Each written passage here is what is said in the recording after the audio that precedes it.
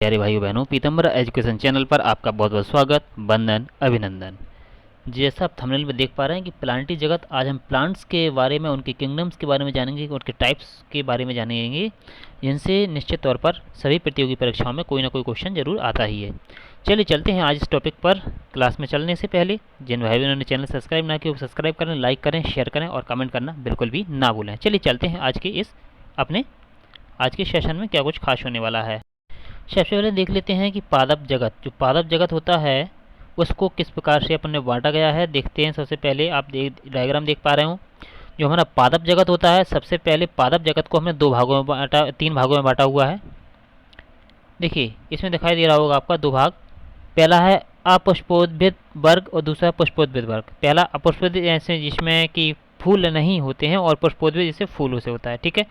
अब अपुष्पोद्भिद वर्ग में तीन प्रकार होते हैं: थैलोफाइटा, ब्रायोफाइटा, टेरिडोफाइटा।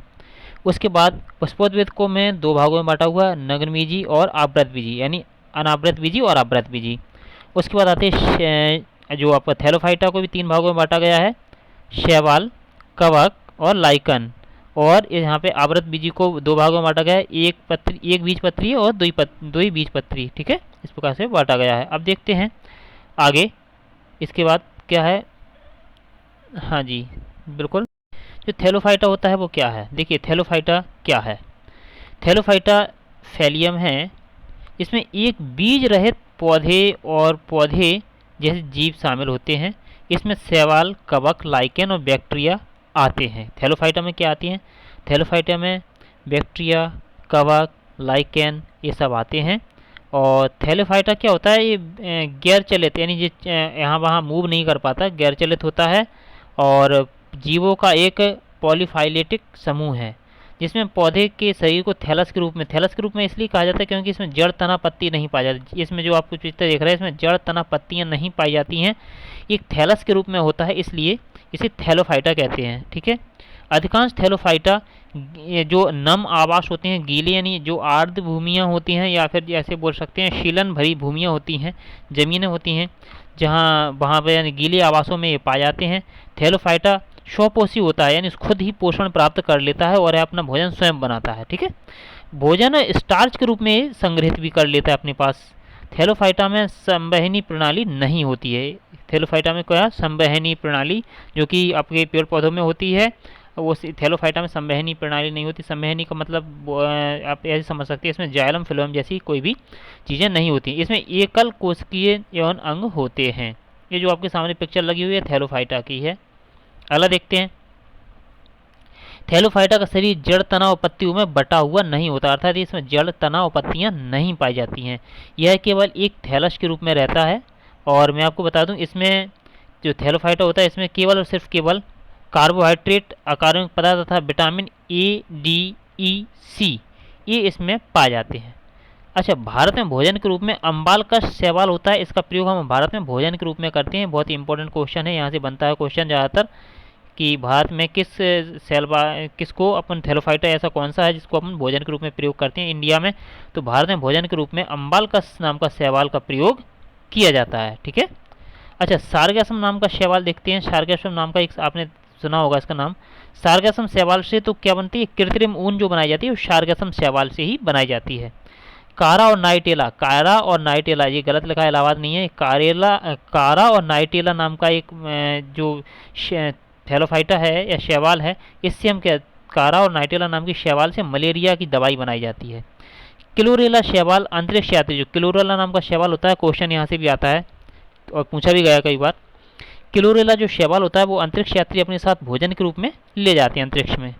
और एस्टोबुलेरिया एक छोटा एक कोशिकीय शैवाल है। एस्टोबुलेरिया एक कोशिकीय शैवाल है। अगला देख लेते हैं इसमें। अभी थैलोफाइटा चैप्टर खत्म नहीं हुआ। देखिए, ये बर्फ़ पर पाए जाने वाले शैवाल जो होते हैं, इसे क्रिप्टोफाइट्स कहते हैं। जो बर्फ़ पर पाए जाने वाले शैवाल होते हैं उसे क्रिप्टोफाइट के नाम से जाना जाता है। किस नाम से जाना जाता है? क्रिप्टोफाइट्स। और जो चट्टानों पर शैवाल पाए जाते हैं उनको कहते हैं लिथोफाइट। चट्टानों पर पाए जाने वाले शैवाल लिथोफाइट। ये नाम ही इंपॉर्टेंट है क्योंकि नेम ही परीक्षा में पूछे जाएंगे। इसके बाद आपको बता दें, ये जो भूरी शैवाल, हरी और भूरी शैवाल, देखिए भूरी शैवाल का प्रयोग जापानी लोग जो भूरी शैवाल का प्रयोग, जो यहाँ गलत लिखा हुआ है ये समझना, भूरी शैवाल का प्रयोग जापानी लोग सलाद के रूप में करते हैं, इसे समुद्री सलाद भी कहते हैं। और कैराड्रस की बात करें, कैराड्रस नाम की शैवाल को श्लेष्मित कैरोगेनिन पदार्थ प्राप्त करके इससे जो कैराड्रस होता है, कौन सा कैराड्रस, कैराड्रस शैवाल जो होती है, कैराड्रस शैवाल, इससे इससे क्या प्राप्त होता है, इसे शैम्पू, सौंदर्य प्रसाधन, जूतों की पॉलिश कैराड्रस नाम की शैवाल से बनाई जाती है। और लेमिनेरिया शैवाल से आयोडीन प्राप्त किया, लेमिनेरिया नाम की जो शैवाल होती है इससे आयोडीन प्राप्त किया जाता है, आयोडीन जो कि बहुत ही काम का होता है, इसमें आपके देखा होगा ये बढ़ती हुई बच्चों के लिए बहुत आवश्यक होता है। इसी में देख लेते हैं यदि ब्रायोफाइटा की बात करते हैं, ब्रायोफाइटा को 3 भागों में बांटा जाता है, हिपेटेसी या जैसे लिवर बर्ड कहते हैं, दूसरा है मशाई, तीसरा है आपका एंथोसिरोटी।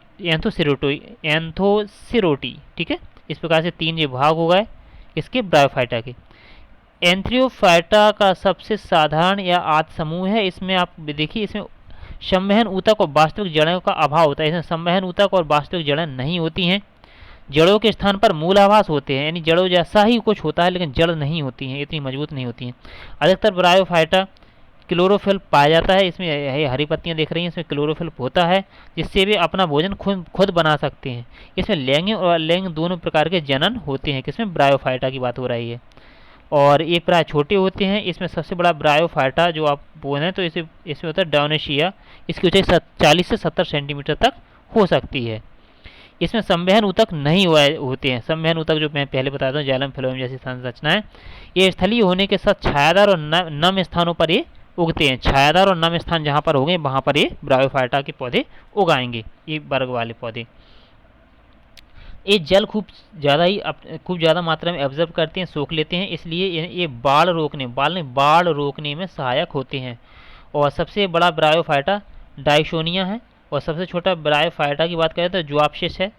ब्रायोफाइटा को 3 भागों में हम बांट सकते हैं, मैंने पहले बता दिया था ये ऊपर ही, हिपेटेसी, और दूसरा है मशाई, तीसरा है एंथोसिरोटी। ठीक है, हिपेटेसी, अब हिपेटेसी की बात कर लेते हैं। तो हिपेटेसी क्या है, हिपेटेसी वर्ग, इस वर्ग में पौधों का शरीर यकृत के समान हरे रंग का होता है, इसलिए इसे लीवर बर्ड भी कहते हैं, लीवर के समान इसका रंग होता है, इसलिए इसे हिपेटेसी को लीवर बर्ड भी कहते हैं। और पौधे के शरीर को सुकाय कहते हैं, और यह चपटा होता है, सुकाय में जड़, तना, पत्तियां नहीं होती हैं। इसकी निचली सतह की बात करते हैं, अनेक प्रकार के एक कोश के मूलांग निकलते हैं, मूलांग का कार्य स्थिरता प्राप्त करना होता है और भूमि से पानी और खनिज लवणों का अपशोषण करना होता है, जैसे कि अपनी जड़ों का काम होता है पेड़ की। इसकी जैसे रिक्सिया और मार्गेंसिया, ये इसके एग्जाम्पल हो गए। मशाई की बात करते हैं तो मशाई वर्ग, इसमें उच्च श्रेणी के बायोफाइट्स आते हैं, ये ठंडे और नम स्थानों पर और पुरानी दीवारों पर ये पाए जाते हैं। इसमें तना, पत्ती जैसी रचना पाई जाती है, और मूल की जगह, यानी जो नीचे जड़ा टाइप की होती है, मूल की जगह है क्या होते हैं, बहुकोषीय मूलांग होते हैं। मांस का पौधा युग्म को द्विध होता है, इस पर जीव इसमें जो होता है बीजाद्वैध आंशिक रूप से होता है, जैसे मांस। ठीक है, और देख लेते हैं एंथोसिरोटी तो तीसरा वर्ग था, उसके बारे में देखते हैं। यह जो वर्ग है इसमें इस पौधे का शरीर सुकाय होता है और इसके बीजाद्वैध सीटा अनुपस्थित होता है इसमें। ठीक है, ब्रायोफाइटा की आर्थिक महत्व की बात करें तो ब्रायोफाइटा का पौधा जो मृदा अपरदन यानी मिट्टी के कटाव को रोकने में सहायता देता है, और जल अवशोषण क्षमता ज़्यादा होने के कारण बाढ़ को भी रोकता है। स्फेगनम मांस का प्रयोग ईंधन के रूप में करते हैं, इससे पीट ऊर्जा मिलती है हमको। और एस्किमो स्फेगनम का प्रयोग चिराग की बत्ती बनाने में, बत्ती की जग बनाने में करते हैं, और ये इस प्रकार से हमें लाभ देता है। और टेरोफाइटा की बात करें तो टेरोफाइटा पौधा होता है जिसमें जड़, पत्ती और एक स्तंभ होता है, जिसमें जल संवहक ऊतक के द्वारा जाइलम यानी फिलोएम में बटा होता है। इसके 3 भाग होते हैं। 3 भाग कौन से होते हैं, टेरियोफाइटा, अनावृतबीजी, आवृतबीजी। टेरियोफाइटा की बात करते हैं तो टेरियोफाइटा का तना साधारण राइजोम के रूप में होता है, और टेरियोफाइटा उस बीज का निर्माण नहीं होता, इसमें टेरियोफाइटा में बीज का निर्माण नहीं होता है। टेरियोफाइटा को विकसित पौधा कहा जाता है। ठीक है, ये आपको दिखाई दे रहा है, साइड में दिखाई दे रहा होंगे दोनों चित्र। इस प्रकार से जो आपका होता है आवृत बीजी में देखिए ये पुष्प होता है, पुष्प के इस प्रकार से भाग दिए जाते हैं, पेटल्स, सेपल्स, इस प्रकार से भाग हैं इसके आपके पुष्प के, आप देख सकते हैं इसको। नेक्स्ट, इस उप प्रभाग के अंतर्गत उन पौधों को शामिल किया जाता है जिसमें सदैव 20 सदैव फल के अंदर होते हैं। अब मैं कर रहा हूँ आवृत बीजी की बात, आवृत बीजी के बारे में बता रहा हूँ मैं। इसमें शाक यानी हर्ब्स, झाड़ियाँ, शर्ब्स तथा वृक्ष यानी ट्री तीनों प्रकार के आते हैं आवृत बीजी। आवृत बीजी पौधे का मुख्य लक्षण क्या होता है? इसमें प्रजनन अंग होते हैं, प्रजनन अंग होता है पुष्प, प्रजनन अंग होता है इसका पुष्प। इसमें दोहरा निषेचन होता है। ये मृतोपजीवी और परजीवी और सहजीवी कीटभक्षी तथा स्वपोषी के रूप में भी पाए जा सकते हैं। कौन? आवृत बीजी पा सकते हैं। ये सामान्यतः स्थलीय पौधे होते हैं, लेकिन कुछ पौधे जल में भी पाए जाते हैं। इनमें संवहन तंत्र अति विकसित होता है। किसमें? आवृत बीजी में। आवृत बीजी पौधों को दो भागों में बांटा जाता है, एक पत्र बीजी और द्विपत्र बीजी। ठीक है, एक बीजपत्री, द्विबीजपत्री। इसके बाद देख लेते हैं एक बीजपत्री के मुख्य लक्षण हैं। इसके बीजों में केवल एक बीजपत्र होता है और इसकी जड़ें अधिक विकसित नहीं होती हैं। इसके गुणांक होते हैं किसके? इसके फूलों के भाग 3 या उसके गुणांक होते हैं। ठीक है, बढ़ते चले जाते हैं।